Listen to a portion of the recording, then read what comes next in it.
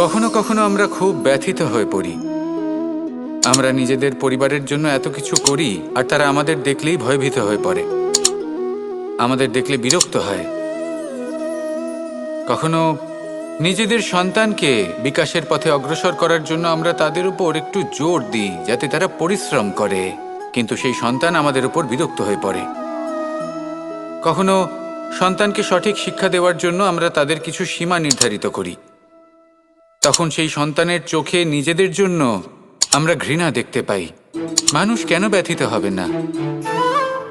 দেখুন, যখন সূচের দ্বারা আপনি বস্ত্র সেলাই করেন তখন সূচের আঘাত সেই বস্তুকে সহ্য করতে হয়, কিন্তু তাতে সেই সূচ বা আপনার উদ্দেশ্যে কোনো প্রভাব পড়া উচিত নয়, কারণ আপনি তো আপনার কর্ম করছেন, আর তাও পূর্ণ নিষ্ঠা ভরে, এবং অবশেষে আপনার উদ্দেশ্য শুভ প্রমাণিত হবে।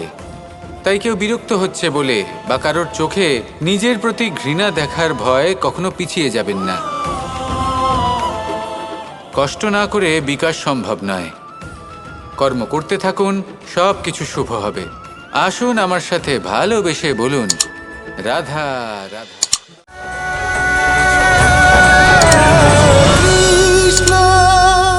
কুরুক্ষেত্রের রণভূমিতে আপনজনদের নিজের বিরুদ্ধে দেখে তাদের মৃত্যুর বিষয়ে ভেবে অর্জুনের মন বিচলিত হয়ে পড়েছিল। এই সম্পর্কের চক্রবুহুতে জড়িয়ে পড়ে অর্জুনের জ্ঞান নাশ হয়েছিল। তখন আমি অর্জুনকে কিছু কথা বলেছিলাম, যেই কথাগুলো আপনাদেরও জানাটা প্রয়োজনীয়। আমাকে বলুন, এই সংসারে আপনি এমন কি নিয়ে এসেছিলেন, আর এই সংসারে আপনি কি ফেলে যাবেন? এই সংসার, এই জগৎ, এইসব বস্তু যা আপনার খুব প্রিয়, সবকিছু তা না জন্মের পূর্বে আপনার ছিল, আর না মৃত্যুর পর আপনার থাকবে। এই সংসার আমার থেকেই জন্ম নিয়েছে, আর মৃত্যুর পরে আমার মধ্যেই সমাহিত হয়ে যাবে। এখানে যার জন্ম হয়েছে তার মৃত্যু এখানে সুনিশ্চিত।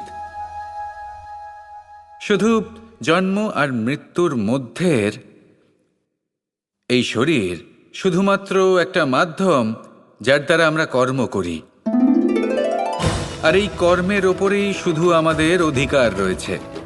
কিন্তু এই সংসারের কিছু অজ্ঞানী এই বিকারগুলোতে জড়িয়ে পড়ে ফল লাভের ওপর নিজের মনোনিবেশ করে, ফলের চিন্তা করতে থাকে।